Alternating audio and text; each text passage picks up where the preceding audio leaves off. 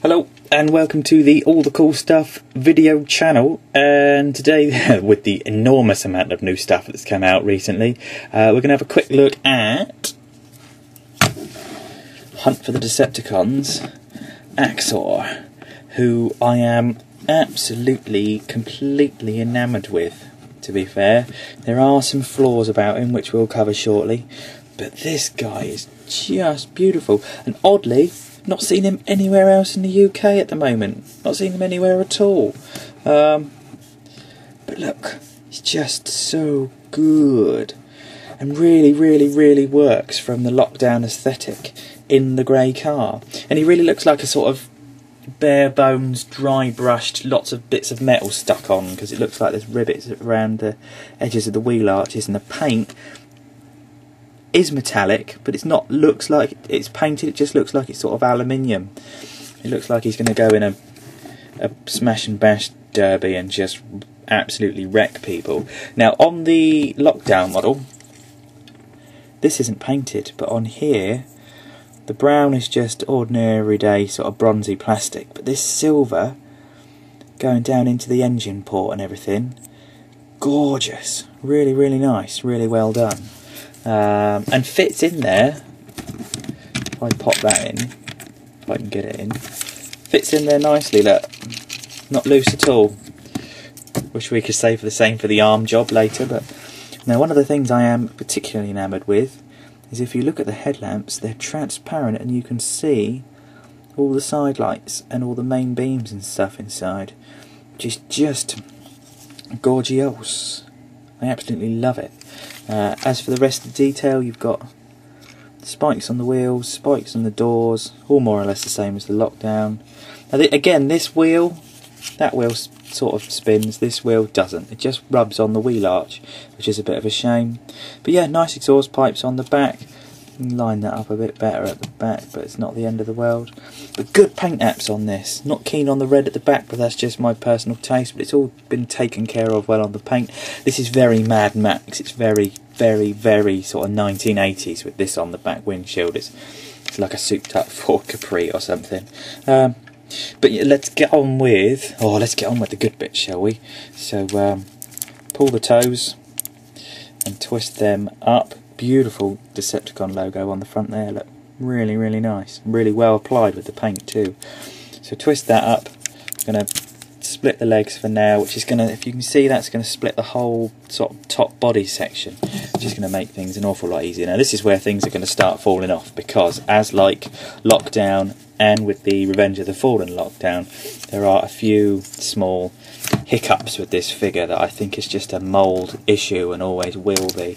How much more life they're going to get out of this mould, I don't know, but time will tell. So turn it upside down, take the axe, straighten it out, just get everything out of the way a little, open up the arms, get everything out of the way a little, move the camera up so we can all see what we're talking about a little bit.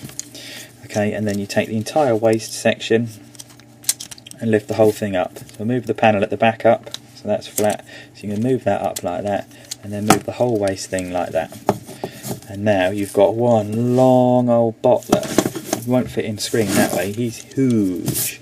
So you take that, that's all pretty much ready to go, and you've still got automorph in there, look, which I really like. It's not even automorph, it's just on a spline, but it looks really nice. And again, as with the Lockdown and the Revenge of the Fallen lockdown, leg assembly, twist back, which I tend not to do with this guy, just to differentiate him a little bit. I tend to leave his legs quite straight because he's taller and more menacing.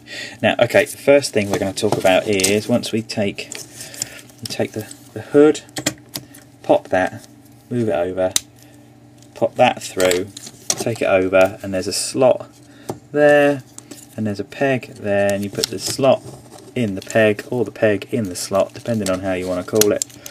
Done.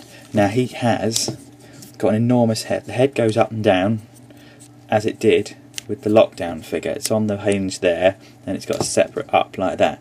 Now it's got, if I put the backlight on, if I go up, awesome light piping, and if I can get in close, I don't know if the camera will pick it up, can you see the eyes are all like flies' eyes? They're all speckled, so when you look through you get lots of little dimpled bits.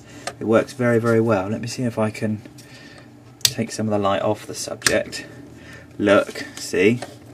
Can you see all that speckled detail going on in there? Now that looks amazing to my eye. I absolutely love it. Head mould is brilliant, but the head mould is, in comparison to his body, huge. He's just the world's most great big evil bobblehead.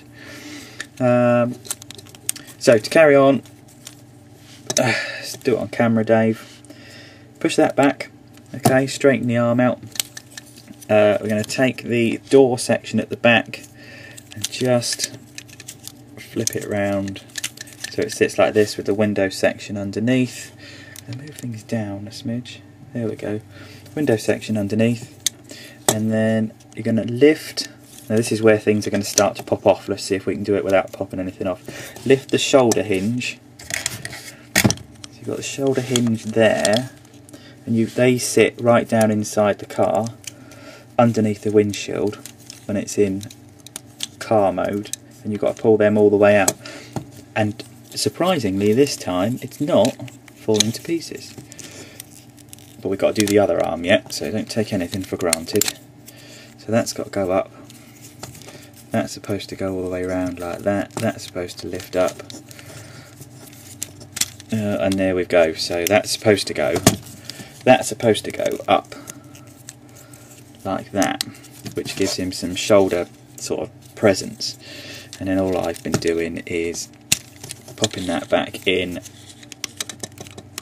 there, lifting that up, and there we are, ready to roll.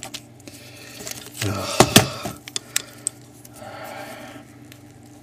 They're getting their way, they're getting each other's way, something rotten.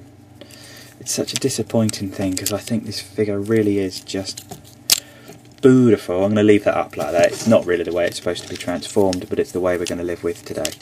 We're going to pop the shoulder joint back in the hole. Lockdown suffers from the same issues. So that's going to go like that. Okay, we're going to go like that. And there we have Lockdown all ready to roll with his shoulder spikes sticking up. Can you see what I mean about this? It gets quite fiddly after a little while. It's very annoying. So with the other arm we do exactly the same thing. You can see the shoulder section there, so that is going to push all the way up. That's going to come down. That's going to rotate. That's going to straighten out. Straighten the hand. And then this top thing, oh, see, there we go. Fold that over. I'm going to admit defeat on this because this arm doesn't even take any weight to put it back on. It just pops at absolutely everything. It just hates being in situ. Twist the shoulder joint round and elbow joint round, sorry, and there we go. Pretty much done. Now let's pose him. Well, once we've got through the pain that is the transformation on this boy, I'm going to shorten him down a little bit because it'd be much easier to pose him.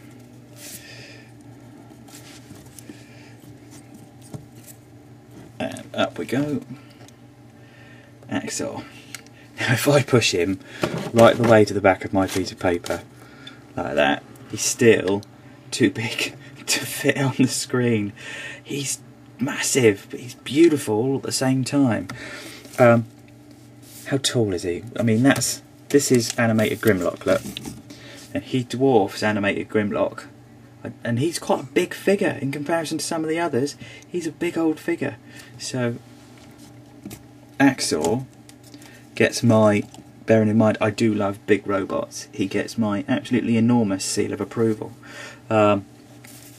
Articulation wise he's exactly the same as Lockdown. You've got elbow joints, shoulder joints, stiff enough to keep it in place but loose enough that you can sit and play with it. Again, shoulder joint. Hips go up and down. Wheels do go back, but that's more for when you're putting it back into car mode, if you ask me, which can be a bit of a pain in the arse. Knee, back of the knee, because he's got chicken legs, and he will swivel like that, so you can give him a good wide stance and still turn the legs in like that, which means you can, should you want to, really play with some proper power posing. he just looks angry. He looks like he wants to cut you in half.